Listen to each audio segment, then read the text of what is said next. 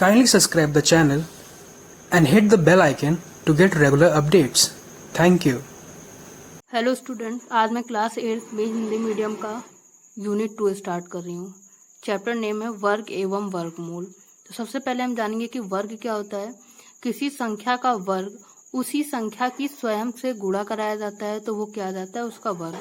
जैसे कि यहाँ पर संख्या 1 है तो संख्या 1 का हमें वर्ग निकालना है, तो 1 का हम 1 से गुणा कराएंगे तो क्या आएगा 1, मतलब 2 टाइम्स मल्टीप्लाई कराना। 2 का वर्ग निकालना है तो 2 का 2 बार गुणा कराएंगे, 2 2 ज़ा 4। 3 का 2 टाइम्स मल्टीप्लाई कराएंगे तो 3 3 ज़ा क्या आएगा 9। इसी तरीके से हमने 1 से 20 तक वर्ग निकाले हैं, जिसे आप सभी को लर्न करना है।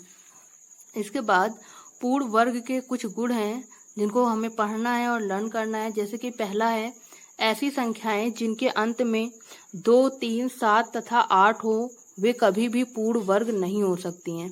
जैसे 82 लिखा है, 82 के लास्ट में क्या आ रहा है 2, तो यह एक पूर्ण वर्ग नहीं है। 33 में 3, तो यह एक पूर्ण वर्ग नहीं है।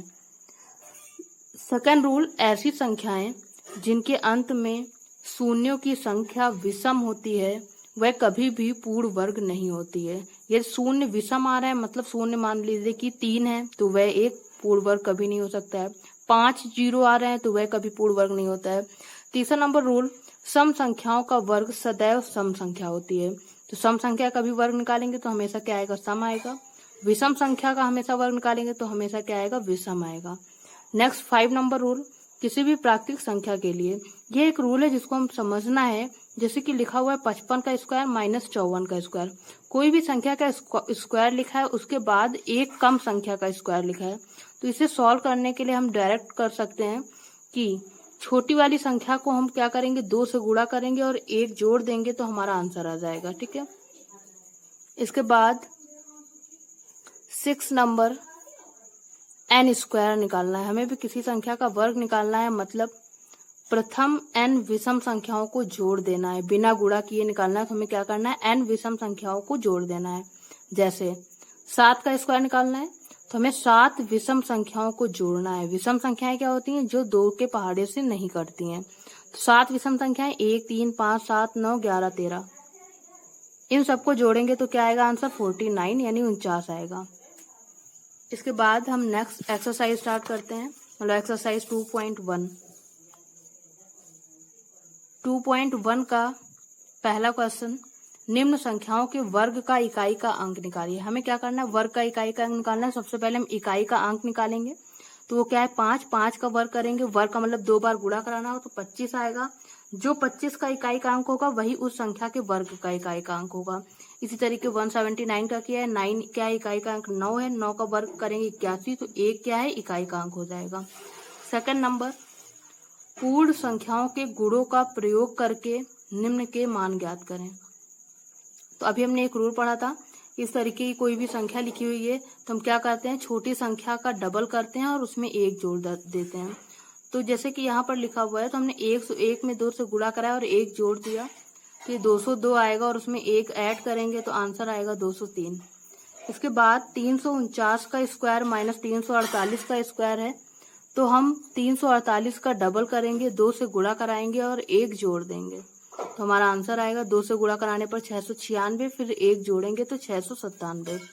इसी तरीके से 82 का स्क्वायर माइनस 81 का स्क्वायर है, तो हम क्या करेंगे, छोटी संख्या यानी 81 को का डबल करेंगे और 1 जोड़ देंगे, तो 81 का डबल क्या होगा 162, उसमें 1 जोड़ेंगे तो क्या आएगा 163 आएगा। थर्ड नंबर पे आते हैं, पूर्ण संख्याओं के गुणा का प्रयोग करके निम्न के वर्ग का मान ज्ञात करिए। पूर्ण संख्याओं के गुणा का प्रयोग करके जो हमने अभी एक नियम पढ़ा हुआ है कि किसी का वर्ग निकालना है तो जितनी भी संख्या है, जैसे कि 13 का वर्ग निकालना है तो हमें क्या करना है, 13 विषम संख्याओं को जोड़ देना है। 10 का वर्ग निकालना है तो 10 विषम संख्याओं को जोड़ देना। उसी तरीके से मैंने सॉल्व किया है। नेक्स्ट क्वेश्चन, निम्न में से कौन सी संख्या पूर्ण वर्ग नहीं है। तो हमने फर्स्ट रूल बताया था कि जिनके भी अंत में लास्ट में 2, 3, 7, 8 आता है तो वह पूर्ण वर्ग नहीं होता है। जैसे कि यहाँ पर 6 आया है, इकाई का अंक 6 है तो पूर्ण वर्ग है। इकाई का अंक डी नंबर देखो यहाँ पर भी 6 है, तो ये भी क्या है, पूर्ण वर्ग है। इसके बाद एफ नंबर देखना कि इकाई का अंक 2 है तो यह पूर्ण वर्ग नहीं है, इकाई का अंक 8 है तो पूर्ण वर्ग नहीं है, क्योंकि 2, 3, 7, 8 पे पूर्ण वर्ग नहीं होता है। अब ये 0 वाला देखिए, जब शून्यों की संख्या विषम होती है तो पूर्ण वर्ग नहीं होता है, यदि सम है तो पूर्ण वर्ग होता है। इसके बाद हम 5 नंबर क्वेश्चन पे आते हैं। 5 में लिखा हुआ निम्न में से कौन सी संख्या सम संख्याओं की पूर्ण वर्ग है। तो सम संख्या का पूर्ण वर्ग निकालना है तो हमें क्या करना है, इकाई का अंक सम होना चाहिए, तो वो सम संख्या का वर्ग है। ऐसे ही यदि इकाई का अंक विषम है तो वो विषम संख्या का वर्ग है। इसी तरीके से 5 और 6 आप सभी का कंप्लीट हो जाएगा। इसके बाद 7 नंबर, निम्न संख्याओं को विषम संख्याओं के योग के रूप में लिखिए। अब 196 है, हमने कहा है 1 से 20 तक सभी को वर्ग याद करने हैं। 196 14 का वर्ग होता है, तो 14 का स्क्वायर मतलब 14 विषम संख्याओं का योग लिखना है, तो 14 विषम संख्याओं का हम योग लिख देंगे। इसी तरीके से 81 का। इसके बाद 8 नंबर, पाइथागोरियन त्रिक ज्ञात करें यदि उसकी पहली संख्या 20 है, 10 है। तो इसके लिए एक रूल है, एक फॉर्मूला है, यदि कोई संख्या m है तो पाइथागोरियन त्रिक क्या होगी, 2m, m² -1 and m² +1। 2m का मतलब क्या है, उस संख्या को दोगुना कर दो, फिर m का वर्ग निकाल के 1 घटा देना है और वर्ग निकाल के 1 जोड़ देना है। तो 20 का हमने डबल किया, 20 का स्क्वायर -1, 20 का स्क्वायर +1, 20 दूनी कितना होता है 40, 20 का वर्ग कितना आएगा 400 में से 1 घटाएंगे और 400 में से 1 जोड़ देंगे, तो हमारा आंसर आएगा 40, 399 और 401। इसके बाद हम 9 नंबर क्वेश्चन की तरफ आते हैं। बिना जोड़े योग ज्ञात करना। कितनी विषम संख्या है हमें ये काउंट करना है। 11 विषम संख्या है तो ये क्या है, 11 का वर्ग है। 8 विषम संख्या है तो ये क्या है, 8 का वर्ग है। इसके बाद 10 नंबर और ये लास्ट क्वेश्चन है, अभाज्य गुणनखंड विधि से ज्ञात करना है कि कौन सी संख्या पूर्ण वर्ग है। अभाज्य गुणनखंड विधि का मतलब है हमें लासा निकालना है। तो हमने ए, सी और एस सॉल्व किया, तो पहले 728, फिर 2916 और 1296 का हमने क्या निकाला, लासा निकालना है। लासा निकालने के बाद हमें क्या देखना है कि सभी के 2 पेयर देखने। जैसे यहाँ पर 2 का 2 पेयर बन रहा है, 1 पेयर बन रहा है, लेकिन 2, 7 और 13 क्या है, सिंगल है, तो यह एक पूर्ण वर्ग नहीं है। तो यहाँ पे क्या है, प्रत्येक संख्या जोड़े में नहीं है, अतः 728 एक पूर्ण वर्ग नहीं है। इसमें देखना कि 2 का पेयर बनाना है, तो 2 का एक पेयर, 2 का एक पेयर, 2 का एक पेयर, 2 का, तो यहाँ पे 2 का पेयर एक पेयर और 3 का एक पेयर, 3 का एक पेयर, 3 का, यानी कि प्रत्येक संख्या जोड़े में है, अतः यह जो संख्या है एक पूर्ण वर्ग है। उसी तरीके से 1296। इस तरीके से आप सभी की एक्सरसाइज 2.1 कंप्लीट होती है। अब हम नेक्स्ट वीडियो में 2.2 एक्सरसाइज स्टार्ट करेंगे। Thank you. हेलो स्टूडेंट, आज हम एक्सरसाइज 2.2 क्लास 8 में स्टार्ट कर रहे हैं। फर्स्ट क्वेश्चन है, अभाज्य गुणनखंड विधि से वर्गमूल ज्ञात करना। वर्गमूल ज्ञात करना है, तो वर्गमूल क्या होता है, जैसे कि 4 का वर्ग क्या होता है 16, तो 16 का वर्गमूल क्या होता है 4, तो हमें ये 4 निकालना है, ठीक है। तो इसके बाद हम फर्स्ट क्वेश्चन की तरफ आते हैं। जैसे 1296 है, 9216 है, तो हमें क्या करना है, सबसे पहले इनका लासा निकालना होगा, तो हम लासा निकाल लेंगे। लासा निकालने के बाद में ये देखिए हमने क्या लिखा हुआ है, ये वर्गमूल का निशान होता है। क्या होता है वर्गमूल का, इस तरीके से करके और यहाँ पर 2 लिख देते हैं, मतलब वर्गमूल निकालना है। स्क्वायर रूट का ये क्या होता है, साइन होता है। इसके बाद हमने जो लासा निकाला हुआ है उसको हम इसके अंदर लिखेंगे।